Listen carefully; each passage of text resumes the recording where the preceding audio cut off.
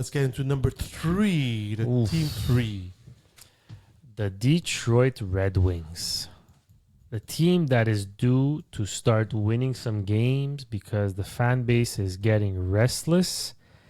And yet they didn't quite do what I thought they would do. Anyhow, here we go.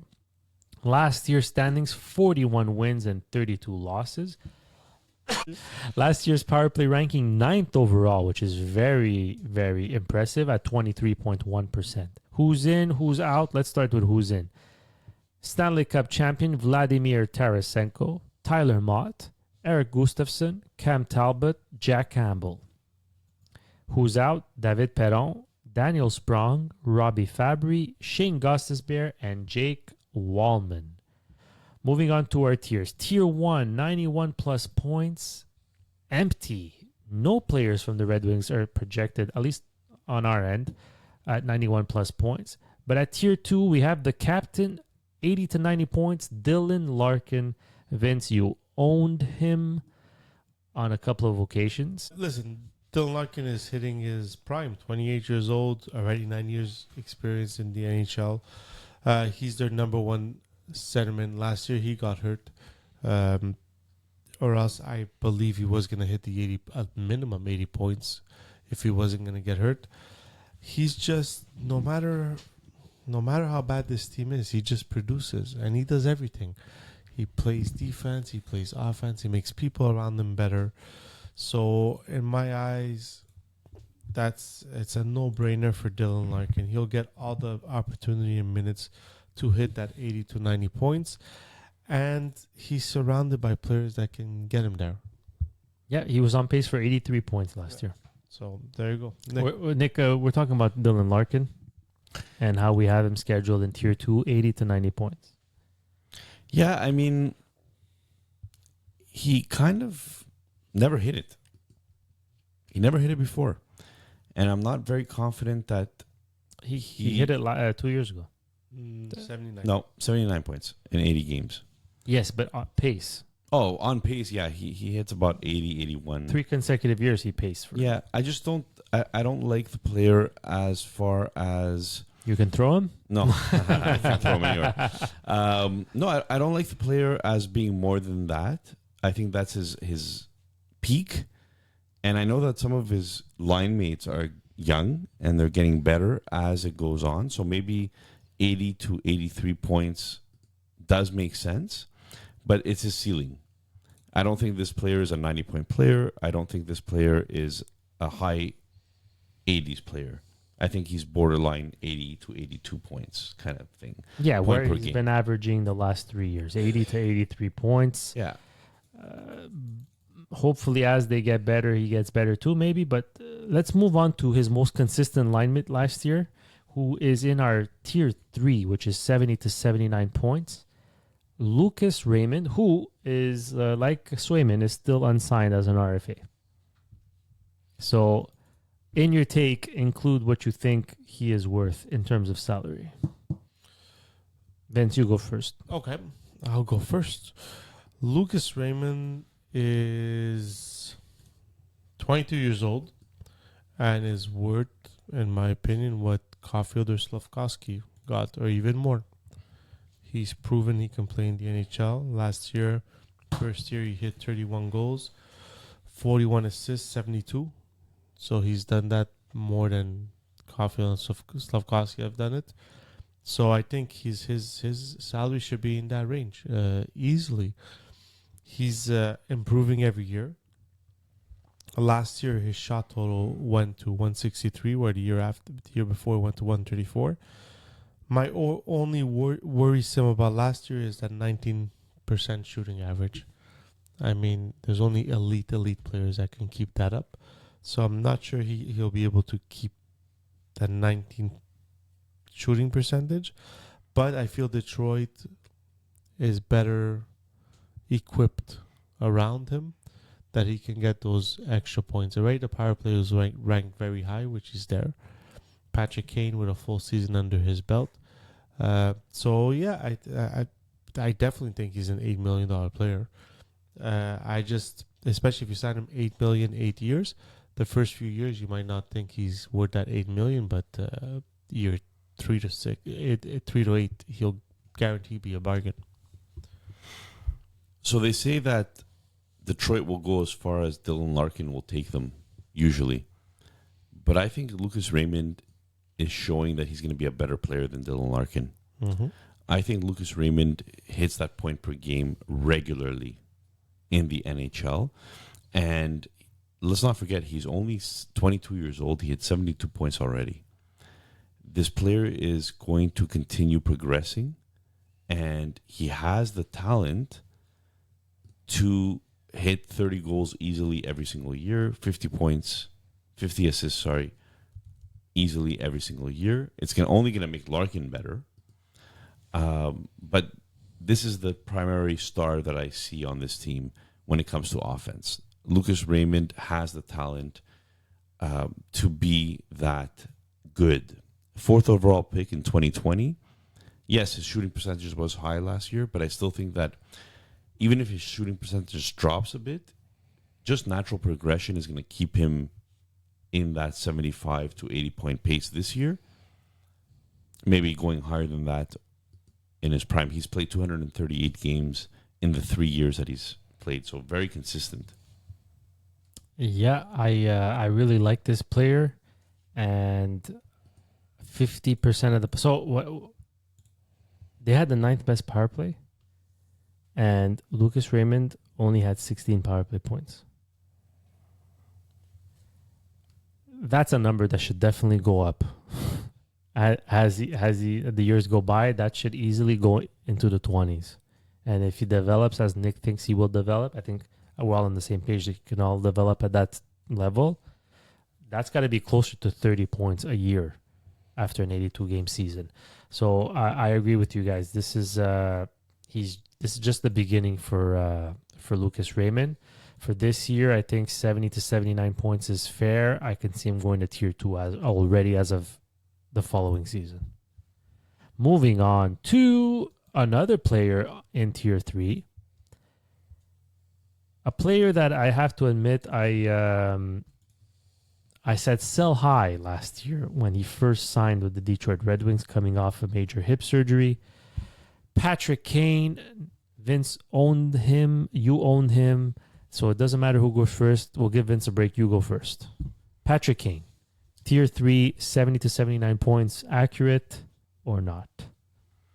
He was on pace for 77 last year, and he played 50 games, ended up getting 47 points, so just under a point per game. His surgery was highly risky in the sense that players that have taken this type of surgery at his age didn't come back and play meaningful points in the NHL. But Patrick Kane did, and it just goes to show his overall talent, right? We're talking about a player I think he's at $4 million this year. He's a bargain for somebody that could pace for 70 to 80 points easily in a full year. So Patrick Kane is great. He's entering his 36-year-old season, and I still think that he has talent enough for this year.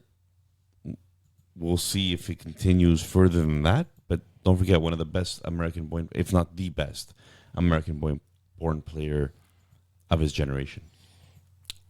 In his career, he's averaged always a point per game player. And honestly, last year was practically the same thing. I wouldn't be surprised if I put him in the 80 to 90 points for Patrick Kane. I feel it's a whole year under his belt. Last year he had half a year. He usually played with the Brinkat. His bread and butter is the power play. I don't see the power play. Even though they did lose their power play quarterback in Gothenburg last year. This year they don't. They're trying to replace him with Gustafsson, who has chemistry with Kane and the Brinkat because they all play together in Chicago. So I feel 70 to 79, but is a good spot to put him. But I wouldn't be surprised if he goes from the 80 to 90, as long as he stays healthy. As long as he stays out there. If he plays 50 games, he's going to hit 56 points. But if he plays 82 games, I think he could be a point per game player this year. It's gonna, like Nick said, it's gonna come back down. Like it's gonna slowly, he's gonna hit the slope coming down. But he's he's proven to us that he's talented and he can easily be a point per game player. In the last 3 years combined, he's averaged 80-point pace. Now, the one, I won't say red flag, but he had a really long off season. He came in a little later in the season. He only played 50 games. At his age, 50 games is nice. 82 games, I don't think what he did in 50 games will be sustainable for him through 82 games. And 18 minutes of ice time is perfect for him. I just don't think in an 82 game season he actually paces for he actually gets 77 points. I think there's a wall. You know how we say there's a sophomore wall or there's a rookie wall? I think as you get older, throughout a season, in the mid-30s, you do hit a wall. How long it goes, that depends on the player. But I still like where we ranked him, but I see him closer to 70 than I do 79 for this year. All right, moving. You guys want to add something to that, or do we move on to the last player in that tier? Well, I would say that Kane, coming off of surgery, coming off so much time off, might actually be harder at his age than continuing the grind, right? Because when you're continuing the grind, the adrenaline's going, you're used to it, you're going full pin. I understand what you mean, though.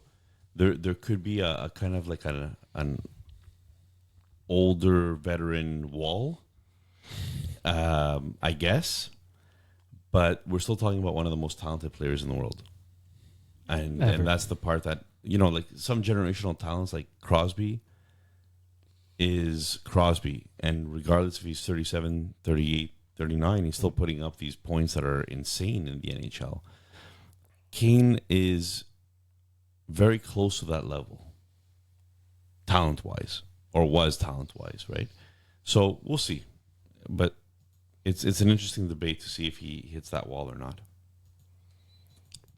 And the third player in Tier 3, 70 to 79 points. I think this will be interesting.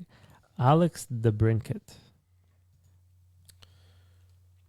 Usually on a line with Larkin and Raymond. Vince? To be on the safe side, I would have put him in the 60 to 69 points. I think he's proven in the years he's played that's where he ranges from, and then you'll have that season where you'll hit the 75 to 80 points per game. I just looked at his age and I did not think he was 26. I thought he was much older than 26. He's 26 years old. He's playing where he wants to play in Detroit. He chose to play in Detroit. I think I would be more comfortable this year putting him in between 60 and 69, but with a much higher goal total. Like last year's 27 goals, I feel his goal total should be between 35 and 40, and his assist total should be a little lower. But I still would put him in the 60 to 69. He's a shoot-first player, and DeBrincat is known for having an elite shot. For me, 30 goals, between 30 to 35 goals is not out of the realm of possibility. Mm-hmm. However, I kind of see his assists following that, 30 to 35 again. Mm. So he could be between 65 to 70-point player. I think that's what he's paced the last couple of years. I see that as being very accurate in what he actually does. I don't think that he's a 75 to 80-point player. But 70 points, I see him. And a big reason for that is because I just don't see him as he doesn't play well defensively, right? He's a one-trick pony in the sense of he is an offense, shoot-first winger who does that very, very well. Yeah, I look, his goals were 27. The year before they were 27. The year prior to that, 41. From last year to this year, his shots decreased by 30. His shooting percentage was relatively average. So I think if he shoots a little more, like you said, he probably leads to 30 to 35 goals. The reason I had put him between 70 and 79 is because in the last 3 years, he's averaged 70-point pace. So I kind of tell myself he's at an age where he's about to enter his prime. And I think I could see a 5-point boost. And he's on a great power play. He's a shooter, so I think his goals could easily go up to 30, 35. So that's where I see the boost of him going between 70 and 79. But career-wise, I don't see him ever hitting the point per game. That's I think that's out of the realm. Anything else before we move on to power play defenseman, which is going to be another interesting topic. Last thing on the Brinket, anybody? Final say? No, good. I was going to just mention that. Do we think Tarasenko could hit that 60-point pace? Oof. Should we have put him in tier 4? I didn't put him in tier 4 because he paced for that. He just barely paced for that with 4 different teams in the last 2 years at 59 points.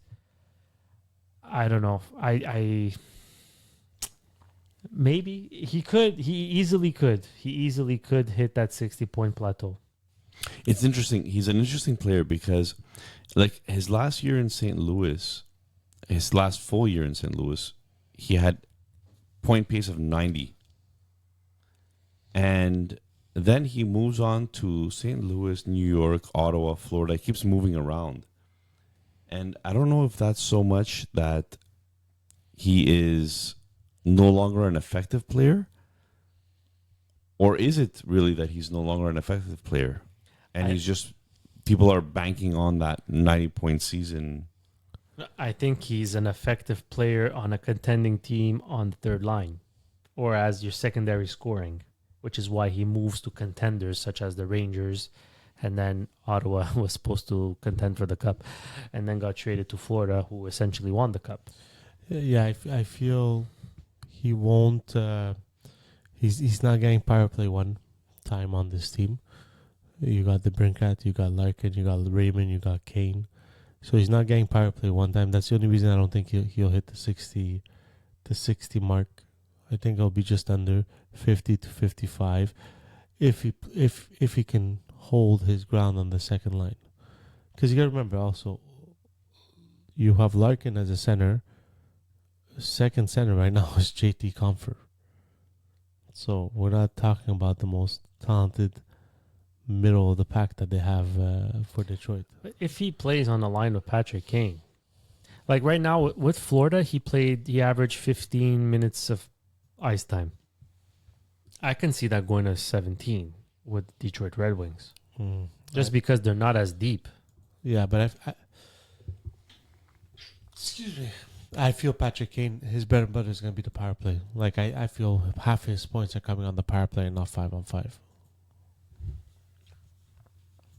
Well, last year his power play production was 15 out of 47. So just under half, about a third. Anyhow, okay. Well, that was an interesting. I'm glad you brought that up with Tarasenko because that does create a nice discussion. Moving on to the power play defenseman. So Augustus Bear, who was their PP1 last year, is no longer there. They've signed Eric Gustafsson, who's a one-dimensional player and a specialty player for the power play. They have Moritz Seider. Do we see Moritz Seider earning that spot back? And Simon Edvinsson, who's probably going to play his first full year in the National Hockey League, has that offensive spark. Where does he come into play? So what's the juggling act here from the Detroit Red Wings with Seider, Gustafsson, and Edvinsson and their power play time? I think I I think Gustafsson is going to get the first crack at power play one just because of his Oh wow.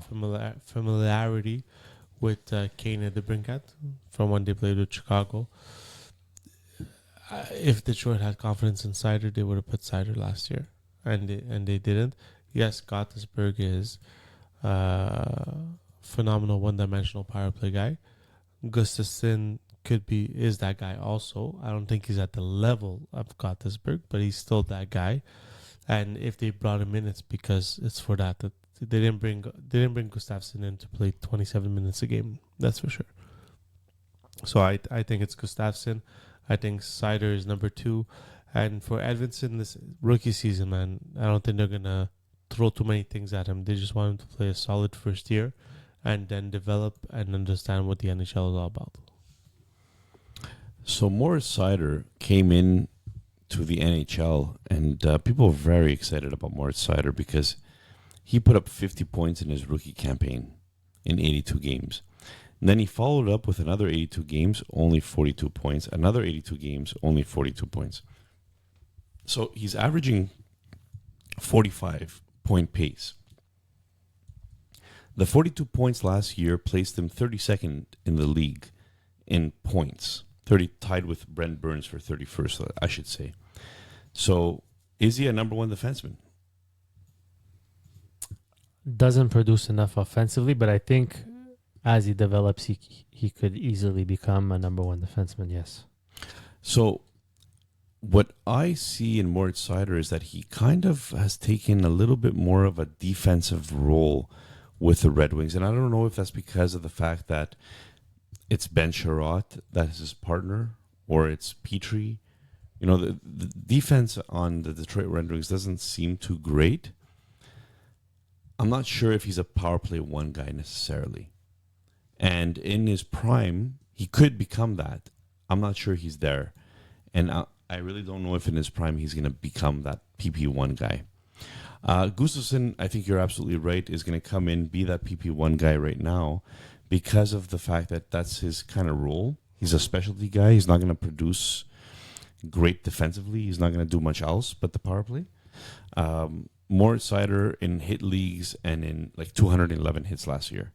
207 hits the year before that. This is great numbers, right? 213 blocks. Like this guy just in blocks and hits leagues is a must own. And 42 points is nothing to sneeze at for somebody that does all of these other things as well. So he's on his way to be a number 1 defenseman, maybe. The other interesting person is Edvinsson. And I kind of feel like Edvinsson has that pedigree and that offensive talent to maybe take over power play 1 eventually. Who knows? In Grand Rapids last year, he had 54 games played, 30 points. So kind of similar to Seider in that I'm not so sure that he ever reaches that PP1, but I don't know why you would give it to Seider and not Edvinsson in the long run. We'll see. Edvinsson is 21 years old. He's going to turn 22 this year. 6'6" defenseman, left-handed. It's going to be those 2 players in the end that are going to be the backbone of this Detroit Red Wings team, Edvinsson and Seider. Until I was waiting for it, Nick. Until there's another player that's going to come out, which I'm sure Junior here will tell us about, but that's going to be Sandin Pellikka. Oh, man, what about this Wheel of Fortune of goaltenders, Junior? Well, Hold on. let's let Junior decide what's the next topic. Hold on. I got something to add here. Here we go. I told you, just mute his mic. Just mute it. We're waiting. Also, Seider. Oh, sorry. Go ahead. I was just going to mention, this is your wife's team. This is listener Rook's team. So you better be telling us something good here. Raymond had 16 power play points last year. Moritz Seider, 17. Moritz Seider, 41% of power play time. Raymond, 50. Larkin, 51%. DeBrincat, who had 53% of power play time, 19 points. So Sider was putting up the same amount of points as some of these guys, but not getting the power play time. So he could do it. I think he can do it. And if there's a year where he should do it, it is this year. Gustafsson with the New York Rangers. Obviously, Adam Fox was there, so he was never going to get that power play time. But 31 points in 76 games. I mean, that's Sider numbers, if not a bit less. Less. Power play points, he only had 9, but given on 27% of power play time, which I guess is normal. I think it's whoever earns it in the training camp, but I don't think it's a given it goes to Gustafsson. I think it's almost Sider's job to lose more so than Gustafsson. Any rebuttals? He wants the rebuttal, but he's afraid of time, but he should rebuttal. No, you don't sign Gustafsson to your team if you don't put him on your first power play. There's no reason to sign him if you don't put him on power play 1. I'm scared of time, so move on. All right, the goalie tandem. So who was supposed to be the savior of the Detroit Red Wings, Ville Husso, had a save percentage of .892 and a goals against average of 3.55. His goals save above expected is not determined because he did not play 20 games last year. Their savior last year, who almost propelled them to a playoff spot, was Alex Leon. Save percentage of .904, goals against average of .305. Goals save above expected, 51st in the league. And then they go on to sign Cam Talbot. Save percentage with the LA Kings last year, .913, and a goals against average of 2.5. 31st in the league for goals saved above expected. And on top of all that, they signed Jack Campbell, which probably means absolutely nothing. Who's the starting goalie for the Detroit Red Wings? Nick. All right. Well, so remember how three-headed monster in Montreal last year was more of a three-headed horrible mistake? Horror movie. Because you're not giving these guys enough time to play. So they're never getting in a rhythm. They're never going to produce or outproduce because they're just not getting enough playing time. I don't like this. I don't understand what Detroit's doing. The Yzer plan seems to be more at grasping at straws plan right now. And I'm sorry, listener Rooks, for saying that. It's just, it doesn't make much sense to me. It feels like they don't know what to do at goaltender. They have someone coming up that's supposed to take over. Two guys coming up that are supposed to take over. But in the meantime, you signed Cam Talbot, who's at the end of his career. 2 years they signed Tom Talbot. For 2 years. Like, Lyon did well for you. Why is Lyon all of a sudden going to be the third stringer? I don't know. And Husso's supposed to be your future for now, but like one point I was discussing trade possibilities to try to get Demko off of listener Bamia. Okay, and he goes to me, well, Ville Husso's going to maybe take over while Demko's injured at the beginning of the year. And it feels to me like, well, how do you know how many games he's going to play? In the first 30 games of the season, he might only play 10. I like the way that this is looking, it's not looking great for any of these goalies. And that's why I would avoid Detroit goaltending this Do we year even in know if fantasy. he's healthy enough to start the season? Or Husso, they say he is, but I mean, if Yzerman made this, it's because he's not very confident that Husso's going to last more than he lasted last year.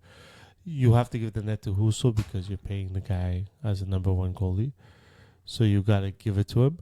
But I agree with Nick. I don't understand all these goalie moves from Detroit. I think it's very puzzling. I like what Yzerman has been doing with this team, but with the goaltending, I just find it very, very, very puzzling. So it's going to be, like Nick said, fantasy-wise, don't pick up a bit Detroit goalie because you have no idea how many games they're going to play. Yeah, I'm on board. I don't know. You stay away as far as possible from this goalie tandem. And we'll get to Steve Yzerman and what he's done with this team in the final thoughts, but I'm not sure where this team is going. That'll be a sneak peek, I guess. All right, moving on to the top prospects, which is probably the light and the spark of this team. A couple of them which should see ice time maybe this year, starting with Simon Edvinsson, which will probably have a full-time role. We spoke of Axel Sandin Pellikka, the up-and-coming offensive defenseman, the newly drafted Michael Brandtzeg-Nygaard, Marco Kasper, Nate Danielson, and their two goalie studs, Sebastian Kosa and Trey Augustine. Which of these players... Let's not count Simon Edvinsson. And we spoke of Axel Sandin Pellikka, and we're all high on him, so let's ignore him. Which of Nygaard, Kasper, Danielson, Kosa, or Augustine will have the biggest impact on this team when all is said and done? For Detroit's sake, Yeah, for Detroit. Assuming they all stay with Detroit. For Detroit's sake, either Casper or Danielson, because they're both centermen, and that's where their need is on this team. Casper had a respectable season in the AHL last year. Danielson, on the other hand, had his struggles. So, and both these guys, I think Casper was drafted top 10, 9th, if I'm not mistaken. And Danielson, if not top 10, just under. I think they were both drafted 9th. Yeah, so I think those are the... In nets, listen, either Kosa or Augustine. Obviously, Kosa was drafted higher, but one or the other, one of them is going to pan out. But down that middle, they need one of these two guys to pan out, and sooner than later, because you cannot go into the playoffs with a JT Compher as your number two centerman. You just can't. Casper was 8th, and Danielson was drafted 9th. So there you go. So I think the strength of this team is going to be the defensemen that they've drafted. Seider, Edvinsson, Sandin Pellikka. Sandin Pellikka being the most offensive of those three. And I think that's where the Yzer plan is looking good. Also, the Yzer plan is looking good when you're looking at Sebastian Kosa and Augustine, because both of them are trending towards being number one goaltenders in the NHL. However, for such a long time, especially a team that has attempted to take a step forward by signing all these veterans, right? Patrick Kane's. We already know that Lucas Raymond was a great draft pick and is going to be an offensive dynamo. You have Tarasenko, you have the Brinkat that you're paying money to. Nobody they've drafted offensively, to me, screams elite talent. They all scream responsible two-way players. Casper, Danielson, Brandtzeg-Nygaard. Responsible two-way checking, like great at checking, could put up some points, but nobody's elite in that sense. So I feel like he's creating a team that's going to be very hard to play against, but not necessarily one that will be doing crazy points. And maybe he's trying to fill the crazy points with the free agents that he's gotten, right? Like the Brinkat, for example. That was trade or free agency? Whichever. But I just don't feel like he's drafted enough talent offensively for a long-term plan to take place. Other than Lucas Raymond, again. It's 8 seasons they missed the playoffs. The Detroit Red Wings haven't made the playoffs in 8 seasons. Unheard of. And I don't see them making the playoffs this year. There's just a lack of depth down the middle, and it's such a key position. And they tried to address it by drafting Casper and Danielson. But I don't know if those are the guys. Like you said, I feel like they're building a second line team. Like they have their one line, and then it's like a bunch of second lines. But I don't know if they're basing it off to have a good decor and hoping that their good decor propels them, because, like you said, that is their bread and butter. You know, you have Pellikka, Seider, and Edvinsson. That, when all is said and done, that could be amongst the best in the league, in the top tier of the league. But is it enough to make up for Compher and Kopp, or maybe Danielson and Casper? I'm not sure. I really like Casper, actually, but I don't know what his point potential is. We're going to see. Maybe the center position is filled by sacrificing one of those defensemen or one of those goalies. We'll see. But it's time they start winning some games. All right, final thoughts. They rank 23rd in Dom's model. Basically, Tarasenko and Perron is a wash. Adding Mott is a downgrade to Fabry, according to Dom Decision. Gustafsson is definitely a downgrade on Gostisbehere. And no Jake Wallman means more Justin Holl. And there's Toronto Maple Leafs know about that. yeah, and there's absolutely nothing positive about that. So before I hand it off to you guys, I'm going to say there's not enough. I mean, Steve Yzerman, because of his pedigree and because of who he is not being criticized. But at some point, you have to start showing progress. And I just feel like they're stagnant right now. And if they don't start at least making the playoffs within the next 2 years, I don't see how they could keep him as a GM. And it's unfortunate because I do think he's a good GM, but it's just not working right now. Final thoughts on Detroit, guys? Nope, nothing to say. No, listen, it's Detroit. I think they're weak down the middle, which will make it that they don't make the playoffs.